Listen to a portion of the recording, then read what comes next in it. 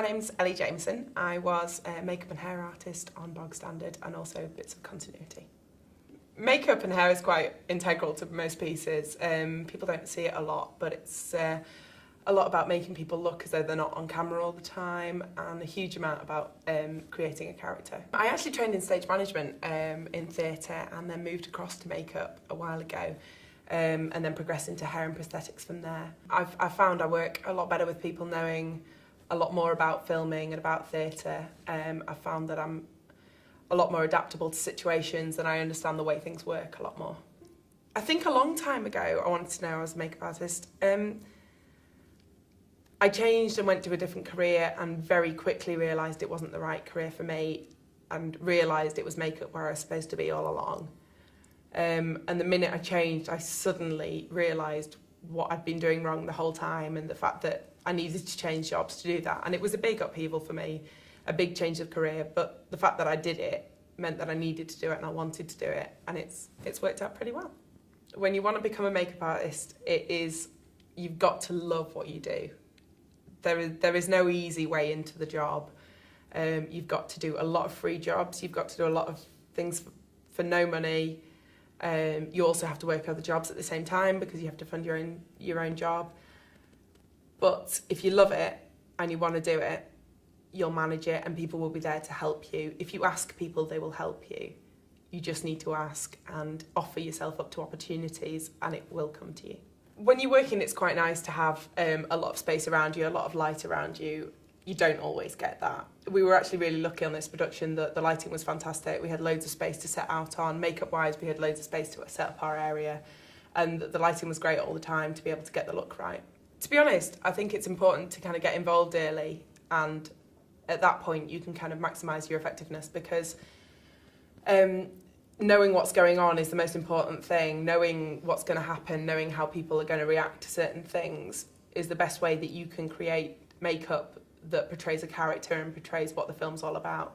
A lot more is expected sometimes from what we get the information for. I think people expect a certain amount and they don't realise what goes into that. We try as makeup artists to keep our times down to a minimum, but we will always fill the time. If there's extra time, we'll always try and perfect what we do.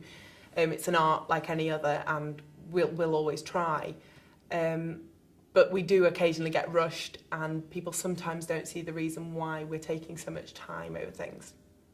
Simple makeup as a straight corrective makeup for a normal film will be about 15 minutes at the most, really. You shouldn't need any more than that. Depending on male or female, obviously, it would take on different parts and depending on the different character. But around that amount of time shouldn't be any more than that. Somebody could make my job easier by knowing what I do, knowing how much time I need. And when I say how much time I need, that's how much time I need. I'm not trying to get extra time, that's just how much we need. People also, I think, sometimes underestimate how important makeup and hair can be, also costume, because in daily life they're seen as normal things. Makeup, hair, costume is exactly what we all do every day.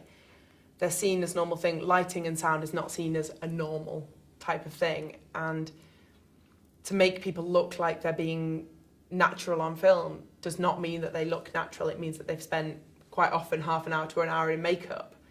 I think people understanding that there is an element to it that is inevitable, that would really help. It was really well organised, and that isn't something I usually say, I must admit, because a lot of things start out well organised and end up being very rushed and end up being very disorganised towards the end. I was really impressed with the way we kind of were organised as a group, even though it was a small group and it was possibly easier to organise than a larger group. I've worked on a lot of other things that don't have that level of organisation and take longer and seem longer and a lot more effort. You get more out of people when they know exactly what they're doing, they know exactly where they're supposed to be, and if they know exactly when they're going to go home. And you get more out of people and it works quicker and we end up wrapping quicker and no one can really argue with that. The film was really good fun to make. I had a lot of friends on that and it was great because I managed to build really good relationships with people I'm going to work with in the future, which I really enjoy doing. It's really nice to work on a film with people that you think you're going to make friends out of and that you're actually going to make really, really good films with. I think it was really important that people get on set, and to make a really good film in the end, it needs a good crew.